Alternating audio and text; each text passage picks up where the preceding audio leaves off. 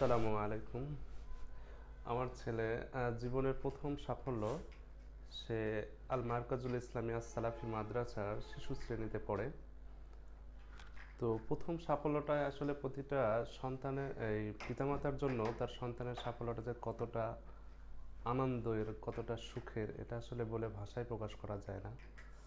তো আমার ছেলে, আজকে আমি অফিসে ছিলাম, সে আমাকে ফোন দিয়ে জানাই তার এই সাফল্যে আমি কতটা খুশি হয়েছি। আমি তাকে যেমন ভাষায় প্রকাশ করতে পারছিলাম না, সেও বারবার আমাকে জিজ্ঞাসা করছে, আব্বু তুমি খুশি হয়েছো, খুশি হয়েছো। বাট ও ওর আম্মুকে বলতেছে যে হচ্ছে মনে হয় আমার আব্বু খুশি হয় নাই। তো আসলে এটা বলার অবকাশ রাখে না যে আসলে বাবা মা কতটা খুশি হয় সন্তানের সাফল্যে। তো দেখি আমার ছেলেটা আসলে কি করে, কি করতেছে, চলুন দেখি। আসসালামু আলাইকুম আব্বা। ওয়ালাইকুম সালাম আব্বু। আব্বু, তুমি আমাকে আজকে সারাটা দিন ফোন দিয়েছো। ফোন দিয়ে দিয়ে তুমি আমাকে জিজ্ঞাসা করেছো যে আমি তোমার সাফল্যে আমি খুশি হয়েছে কি হয়নি। হয়েছো তো, আমাকে এসে বললা। আমি তো জানতাম না তুমি খুশি হয়েছো। কিন্তু তুমি জানো না যে আমি কতটা খুশি হয়েছি। তুমি যে দুপুরে আমাকে বললাম তুমি রাগ করেছো, বললা যে। আমি কখনোই রাগ করি নাই বাবা, তাহলে বললা কেন? এমনি বললাম।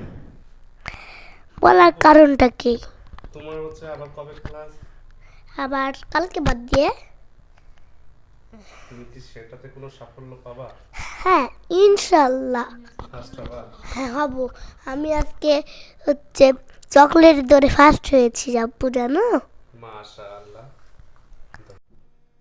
আপনারা তার কথা শুনলেন যে আসলে সে জীবনের প্রথম সাফল্য, এবং প্রথম সাফল্যটায় যে প্রথম স্থান অধিকার করবে এটাও কিন্তু আসলে আমরা কখনোই কল্পনা করতে পারিনি।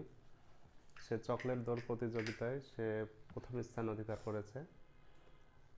তো সবাই দোয়া করবেন আমার সন্তানের জন্য। আগামী পরশুদিন তার দৌড় প্রতিযোগিতা আছে, এবং আগামী কত তারিখে বাবা তোমার হচ্ছে উপস্থাপনা আছে, কবিতা আবৃত্তি 6 তারিখে, এবং আগামী 6 তারিখে তার কবিতা আবৃত্তি, তারপরে দোয়া পাঠ এবং উপস্থাপনা আছে। তো সবাই তার জন্য দোয়া করবেন, সে যেন আবারও তার সাফল্য বয়ে নিয়ে আসে। সকলকে ধন্যবাদ। আসসালামু আলাইকুম।